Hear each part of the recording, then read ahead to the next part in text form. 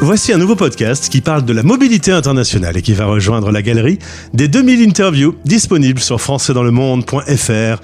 Je suis Gauthier Seyss et j'ai le plaisir de passer 10 minutes avec Chantal Cadas, direction Toronto. 10 minutes. Le podcast des Français dans le monde.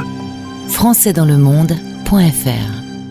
Voici un podcast qui va faire écho à un autre podcast que j'ai eu l'occasion de faire avec Nora, le podcast 2194. Chantal et Nora étaient copines d'enfance en Martinique et aujourd'hui elles se retrouvent pour développer ensemble leur propre société Connexol Immigration. Chantal, bonjour et bienvenue. Bonjour Gauthier, ça fait plaisir d'être là. Je suis content de faire ta connaissance. On a discuté un peu hors antenne avant d'enregistrer ce podcast. Alors, si vous avez déjà rencontré des problèmes avec l'immigration canadienne, installez-vous confortablement puisqu'on va vous parler des petits soucis que Chantal a aussi rencontrés. Mais heureusement, j'ai envie de dire maintenant, Connexol Immigration est là. Tout à fait.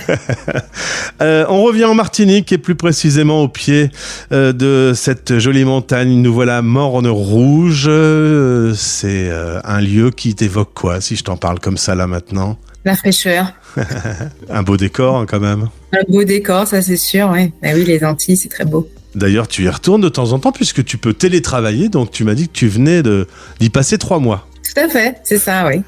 Alors, tu vas faire la même école que Nora, et puis une petite différence, c'est que elle va partir poursuivre ses études au Canada. Toi, en 2009, te voilà en France, à Paris. Heureuse d'avoir atterri dans la capitale française et de poursuivre ton cursus et de passer ton master en France. T'étais contente de vivre cette expérience ? Oui, disons que j'étais surtout contente d'avoir 2 ans de plus en tant qu'étudiante, quoi. Master, voilà. C'était pas spécialement Paris, alors, du coup? Non, pas spécialement. Mais bon, c'est bien quand même, hein, dans tous les cas. Alors, après ton master, tu trouves un boulot qui te plaît. Sauf que tu m'as dit, j'étais un petit peu dans le métro, boulot, dodo. Si tu étais resté en l'état, ça aurait été une vie un peu plus grise, peut-être? Totalement. Ça, j'ai pas de mal à le croire. Hein. Alors là, tu étais allé à un salon de voyage sur le Québec. Tu avais eu un coup de cœur pour un projet professionnel là-bas avec un fameux PVT, Programme Vacances-Travail. Et là, tu as eu quelques péripéties avec tes emails. Raconte-nous. Oui, mais c'est ça. Alors, donc je vais sur ce salon, puis je suis déjà allée au Canada. Donc le Canada m'avait déjà fasciné entre guillemets. Puis là, je vais sur ce salon, je vois le stand Québec et là, on me dit effectivement qu'il y a un accord bilatéral avec la France, bon, et que pour les jeunes, c'est possible d'avoir un PVT, donc permis vacances-travail. Puis là, je me suis dit, OK, je donne mon adresse email. Et puis un jour, je reçois une newsletter, donc une infolettre. Et puis là, je vois que c'est ouvert. On peut poser notre candidature pour ce fameux permis. Et là, c'est ce que je fais. Donc, je rassemble les éléments, je fais un dossier.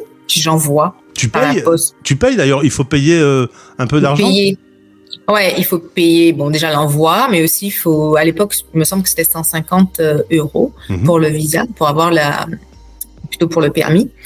Et puis, il fallait un certain nombre d'argent sur le compte pour prouver que on a de quoi subvenir à ses besoins durant le séjour. Puis c'est ça, donc j'ai envoyé mon dossier. Et puis, plus de nouvelles. Donc, moi, j'ai continué ma vie, puis j'ai travaillé.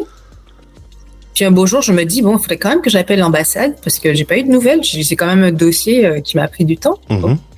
Puis là, je les appelle et là, ils me disent ils m'ont répondu depuis longtemps. Mais il se trouve que ce courrier-là, déjà, il était dans mes courriers indésirables et en plus, c'était pas forcément évident de savoir que c'était le permis pour aller au Canada. L'intitulé de l'email n'était pas clair. Ouais, non, l'email n'était pas clair du tout. Écoute, en plus, ça s'appelait lettre d'introduction. Bon, introduction, ok. Mais moi, j'avais pas compris que c'était cette lettre-là qu'il fallait présenter à l'aéroport pour qu'on puisse te délivrer le permis derrière. D'accord. C'est ça. Donc, en fait, l'ambassade, j'ai recherché dans mes emails et je les ai rappelés. Et ils m'ont expliqué ça. Ils m'ont dit, ça y est, allez au Canada demain si vous voulez, parce que tu sais, il y a une période d'expiration aussi. Ouais. Et ça, c'est une seule fois dans la vie de chaque citoyen français. Ah, donc faut pas louper la fenêtre. Destination Canada. Donc, je voulais pas perdre ça non plus.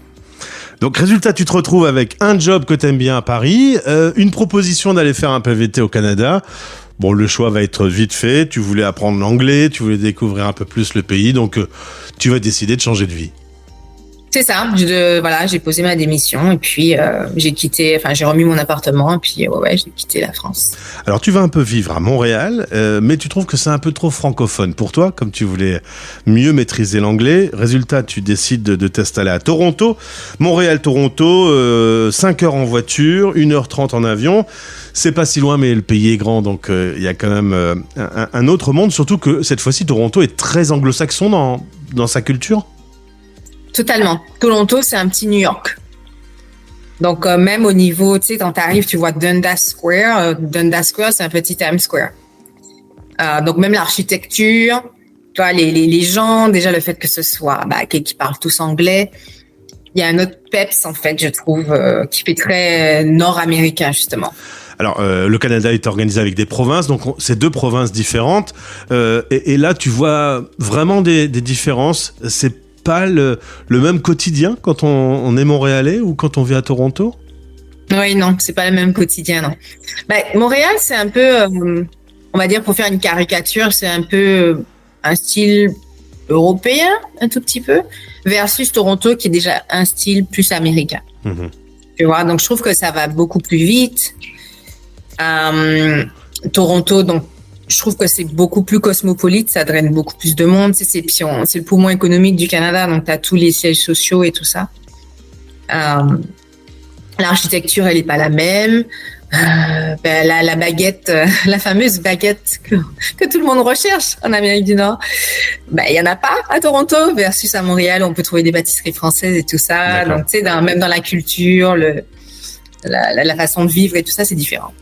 Alors Chantal, il va y avoir quand même une nouvelle galère avec l'immigration, décidément, pour que ça t'amène à aujourd'hui avoir ta propre société. T'en as eu des galères, tu fais des demandes d'extension de permis de travail, c'est refusé, une demande de résidence permanente, c'est refusé. T'as traversé une galère, on peut vraiment dire, un moment où tu m'as dit si j'avais pas été solo et qu'on m'avait pas aidé, à ce moment-là, t'étais un peu dans la mouise quand même. Ah oui, totalement. Hein. Moi, j'ai pas compris. Tu sais, je pensais que j'avais un bon profil, soi-disant, voilà, française, jeune, bilingue, master. Enfin, je me suis dit, mais quel profil vous voulez, quoi. Enfin, je comprenais pas pourquoi cette résistance, ouais. Donc, comme quoi, ça peut être difficile, même quand on pense qu'on va passer, quoi. Alors on se bat ou les doutes s'installent et on se dit je vais devoir partir. Finalement, t'avais pas vraiment envie de retourner en France, pas vraiment envie de repartir en Martinique. Donc c'est le combat qui s'est mis en place pour avoir les documents nécessaires. Totalement, c'est le combat, c'est la peur. Tu vois, tu te dis mais bon, est-ce que ça va passer, est-ce que ça va pas passer, qu'est-ce que je vais faire dans ma vie, à quoi bon avoir fait tout ça. Ouais, là, c'était même physiquement, tu sais, j'ai commencé à avoir des boutons partout. Mal dormir. Les docteurs, ils comprenaient pas. Enfin, bref, c'était traumatique, ouais. Alors, à ce moment-là, avec Nora, donc une copine d'école, vous échangez et vous décidez de vous lancer dans le projet de Connexol Immigration. Ça vous oblige à retourner à l'école. T'étais pas très contente de devoir y retourner, hein? T'en avais fait assez. Ouais, c'est ça. Et en fait, toute cette expérience-là, tu sais, ça a fait germer une petite graine entrepreneuriat. Donc, j'ai essayé pas mal de choses. Hein. Puis, au final, c'est une conversation que j'ai eue avec quelqu'un, et puis qui m'a dit, mais pourquoi pas l'immigration? Et je me suis dit, oui, effectivement, puisque je pense que j'ai été dedans. Tu sais, c'est vraiment quelque chose que j'ai vécu. Puis j'en ai parlé à Nora, puis elle m'a dit, ok, banco, let's do it.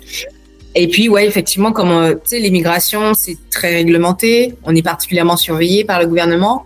Donc, il faut les autorisations nécessaires. Donc, oui, il fallait repasser par le banc de l'école.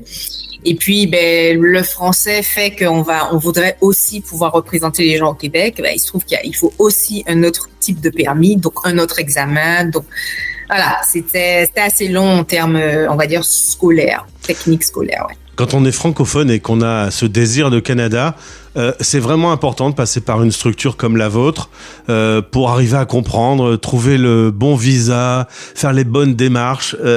Seul, on peut s'en sortir ou on risque vraiment d'avoir des galères comme t'as connu toi? Alors, tout à fait. Ce qu'il faut savoir, c'est pas du tout obligatoire de passer par un consultant, un avocat. un professionnel de l'immigration. Ça, c'est pas obligatoire. Maintenant, c'est sûr que l'immigration, là, une seule erreur et c'est du 6 mois, c'est du 10 mois, c'est un dossier qui est bloqué à l'immigration. Je peux vous dire que très compliqué pour le débloquer. Et puis même, enfin, ils sont pas très. C'est même pas parce que je suis dans la profession. Des fois, ils sont pas très clairs en fait dans les procédures, dans les programmes, et au niveau de la personne même, dans la stratégie à adopter. Là, il y aura peut-être des doutes. Donc, c'est là où le professionnel a tout son sens, en fait. Et puis, je suppose que, comme partout, les lois évoluent. Ce qui est vrai un jour n'est plus vrai le lendemain. Il y a eu la sortie du Covid. Enfin, tout ça a fait que il vaut mieux s'entourer de quelqu'un qui maîtrise le sujet, finalement. Tout à fait. Et puis, si on prend une province comme Québec, c'est une province qui sélectionne ses propres immigrants. Donc, qui répond aussi à ses propres règles. Donc, dépendamment de la province où on va, ça peut changer aussi. Alors, ça peut être aussi différent d'y aller seul, jeune, ou jeune plus âgé, ou en famille. Tout ça, ça donne des dimensions et des obligations légales différentes. Totalement. Et puis, j'ai envie de dire, au-delà de juste l'immigration, c'est vraiment, on touche aussi l'aspect installation. C'est-à-dire, qu'est-ce que vous voulez pour votre famille? Comment ça va se passer, l'intégration après? Moi, je vois l'immigration, justement, avec ce volet intégration aussi. Pour que la personne sache bien dans quoi elle rentre, quoi. Concernant le travail, on dit toujours que le Canada veut attirer les talents. Tu as été bien placé pour savoir que ça suffit pas toujours. C'est quoi les points de vigilance avec les choses qui peuvent poser problème avec les services d'immigration? Alors, purement avec les services d'immigration? Ouais, ce qui peut poser problème, globalement, parce que quand on a un problème, on a un problème. Ouais, non, c'est sûr. Alors, ce qui peut poser problème, déjà, c'est de faire une demande, par exemple, pour le Québec, et puis penser qu'on peut aller ailleurs. Donc, déjà, ça, il y a un problème d'intention, là, où ça peut être... ça peut poser un problème par la suite. Ensuite, c'est de ne pas retrouver ses papiers, ou de ne pas savoir où est-ce qu'on était, les voyages qu'on avait faits, ou les adresses. Enfin, tout ça, là, il y a un vrai petit travail de détail, en fait, qu'il faut faire. Donc, voilà, pour ceux qui n'ont pas leurs papiers en règle et tout ça, c'est sûr qu'il y aura un problème. Ensuite, au niveau de l'immigration, c'est de juste pas respecter ce qu'il faut donner, en fait. Et l'ordre, les étapes. L'agent d'immigration, il aura le temps de s'attacher à un dossier. Non, les agents d'immigration, là, ils ont en général 5-8 minutes sur un dossier. Ils sont tous débordés de toute façon. Donc, et puis, il y a aussi beaucoup de communautés. Tu sais, Canada, c'est connu mondialement. Donc, en face, il y a les Indiens, il y a les Chinois, il y a les Syriens, il y a les Iraniens. Enfin, c'est de comprendre que l'agent sur le dossier, il n'a pas forcément le temps d'entrer dans trop de considérations.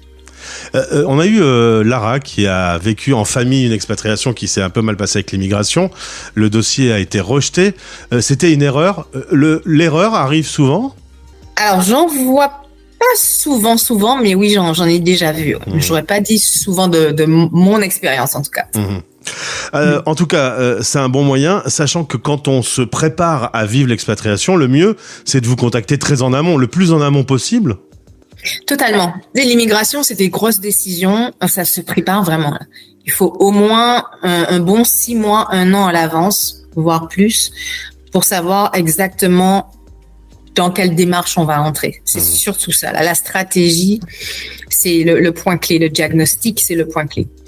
Et puis regardez de temps en temps sa boîte de courrier indésirable, visiblement. Tout à fait. Chantal, merci beaucoup. Vous travaillez toutes les deux, vous êtes toutes les deux cofondatrices de la société, avec cette petite particularité, c'est que toi, tu es plutôt sur le territoire Toronto, une autre province, alors que Nora, elle, est sur la zone Québec. Merci pour ces éclaircissements. Si un auditeur nous écoute et galère, il peut rentrer en contact avec vous. Bien entendu, avec plaisir. Il n'est jamais trop tard, même si on a commencé solo et qu'on se rend compte qu'on s'en sort pas, on peut accrocher une société spécialisée en cours de route? Oui, totalement. Après, c'est surtout pas ce qu'on recommande. Parce que nous, une fois que le mal est fait, en fait. Ouais. Donc, c'est difficile de rentrer sur un dossier quand il a déjà été entamé, ouais. Chantal, merci beaucoup. Je te souhaite une excellente journée avec ce grand décalage horaire. Moi, c'est la fin de journée. Toi, c'est le début de journée à Toronto. À bientôt. Merci Gauthier, à bientôt. Français dans le monde.